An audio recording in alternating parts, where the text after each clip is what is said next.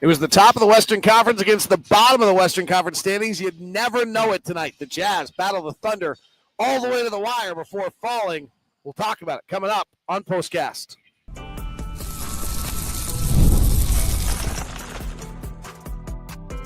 You are Locked On Jazz, your daily podcast on the Utah Jazz. Part of the Locked On Podcast Network, your team every day. The Utah Jazz fall to the Oklahoma City Thunder. Final score tonight, 123-114. The game was within, the game, all you need to know, this one had 16 lead changes, 14 ties. Thunder took their only double-digit lead with about a minute and a half left in the game. It was a close one all night. The Jazz led for a lot of it. They played with them toe for toe. Got into the final 5 minutes. Thunder went on a little run. It was 2 back-to-back offensive rebounds, ironically enough, where the Jazz had dominated the night. Kick out threes, one for Cason Wallace, one for Shai Gilgeous-Alexander. They kind of changed the complexion of this game. But I think on a year which is about player development and learning and all those things, I think this is a night where Will Hardy's going to be awfully proud of his guys. Yeah, you're going to watch films, and I'm sure he's going to just point out all the great things that they did. And basically, I mean, you probably talk about turnovers, but he's really going to compliment a lot of players and the way they competed in this ball game. And I also think the other one that I like about this game is I think a lot of guys have possessions they'll look back at. Collier getting stripped in the backcourt. Jazz turned it over 3 straight times at that point. Keyonte gets frustrated for a little while. Like, I think the young players will have these possessions like, wow, so to beat a team like that, that's what I have to do. I think that's going to be the feeling they have tonight is like, wow, I gave everything I had. I've got to give more somehow. I think it's a real eye-opener tonight about what it takes to beat a team as good as a 35-7 Oklahoma City Thunder team. Now, take it from a player that when the ball game is over, you relive the game and you relive your play first. And then you start thinking about key plays during the ball game, team-wise, that you could have done better to help the team win. Coaches will bring out collectively the overall game for the most part, and then you can understand what happened out there on the floor, what should have happened out there on the floor, how careless you were here, and just those type of things. I don't know. They won't be doing that tonight, I'm sure, or maybe some of the individual coaches will get with some individual players on the plane, maybe, or something like that, just to make them aware of what happened. Oh, I think it's a quiet plan. I think they're spent.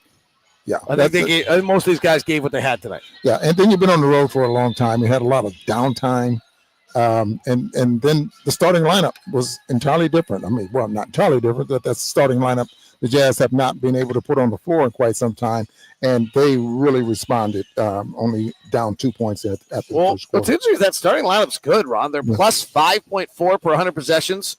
I think John Collins and Lauri were positive in the plus-minus tonight. I think Keyonte was as well. I mean, Walker Kessler was not, but he was dominant tonight. The starters of the Jazz outplayed the starters of the Thunder, who don't have Harkenstein and Chet Holmgren, but they outplayed them, I thought, in the first and the third quarter. That starting 5 for the Jazz is good, maybe better than they need to be. Oh, without a doubt. And just think about their starting 5 is, I'm not sure what their record is without Holmgren on the floor. Well, for the most part, it's because he's been gone all 7, season, right? And, but so that's a very good starting 5 that they have, and the Jazz starting 5 is, they were ready for him. All right, Walker Kessler, I thought, was probably the star of the night, though there's a lot of other. I mean, this is actually a night where you kind of find yourself not wanting to individually talk about guys. Let's talk about one thing I thought was really interesting tonight, Ron. I thought in the first quarter, particularly, the Jazz did a great job of getting the second side of the floor. The Thunder overshift. They Jazz committed 1 turnover in the opening 8 minutes of the game, and they really came with a game plan. Then they lost their bearings, but then they found them again a little bit, which I thought was really impressive. Impressive, very impressive, and a lot had to do with the combinations that the Jazz have out there on the floor. I thought, and I think you and I pointed it out, that when the Jazz made substitutions, I think it was only 1 or 2 early in the ball game. They didn't lose too much. But, the deeper they got into that first half, and then that's when things started to change a little bit. But for the most part, I thought the guys that they had out there on the floor really played well together. We'll talk about some of the individuals coming up, obviously give our reliability pluses as well. Tonight's edition of Postcast is brought to you by Game Time. Download the Game Time app. Use the code LOCKEDONNBA for $20 off your first purchase. Whether it's sports, music, theater, comedy, coming to a game like tonight, your favorite memories happen at events like this. The energy, the excitement, it's all unforgettable. And now Game Time has made it even easier to get tickets to your favorite events with their new feature, Game Time Picks. The feature filters out the fluff to show you how only incredible deals on great seats, so now you don't have to waste your time searching for thousands of tickets. Take the guesswork out of buying tickets with Game Time. Download the Game Time app, create an account, use the code LOCKEDONNBA for $20 off your first purchase. Terms apply. Again, create an account, redeem the code LOCKEDONNBA for $20 off. Download Game Time today. What time is it? It's game time. All right, now let's talk about Walker Kessler for a minute. I mean, he just is so much better. He's the story of the season. 17 points, 15 rebounds, 9 of them on the offensive glass. The Jazz, the Thunder have very few weaknesses, but they do have a few. One of them is that they're 26 in the league in defensive rebounding. And the Jazz had 23 offensive rebounds tonight. Yeah, just remarkable the way they were able to rebound the basketball. And as you mentioned, Markkanen, Kessler is doing a great job of going to the glass. And we pointed out time and time again his ability to go get rebounds now, which is really making a big difference in his rebounding. It's really helping the Jazz, especially on the offensive glass, especially when you can get putbacks or get second chance points off of that. But that's been the difference, I think, in his rebounding that's really helped the Jazz, score points. The return of Lauri and John, I thought, just brought a little order to things. I thought a lot of the other guys got tired. It's hard. They're in you. They're physical. They're long. I thought those guys just brought us. The Jazz just kept battling all night, and I thought those guys just brought they'd experienced this before, and you could tell. Yeah. Those guys have been playing together. Even though last year I think Colin Sexton came off the bench quite a bit. So that starting lineup is, that's their starting lineup. Right. They can get it done. Things like that. So I'm not surprised at what they were doing out there on the floor, David, but you have to make substitutions. Elijah Harkless got 19 minutes tonight and played a lot late in that ball game. Big bucket from the 3-point line there out of a timeout that they did. I think it brought the Jazz back within 1, something like that. I think they were down 4. I mean, the Thunder just had a way to find if you were not a great defensive player on the floor, they went and found you with Jalen Williams or Shai Gilgeous-Alexander. And so I think having Harkless on the floor who could defend was a big step in that, and left him on and had him on the floor for those minutes because of that. Yeah.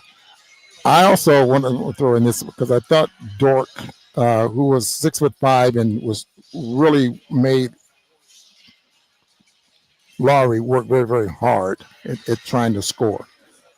He's a very physical defensive player, and Lauri went 7 for 17 from the field. We got 3 for 10 there from the 3-point line.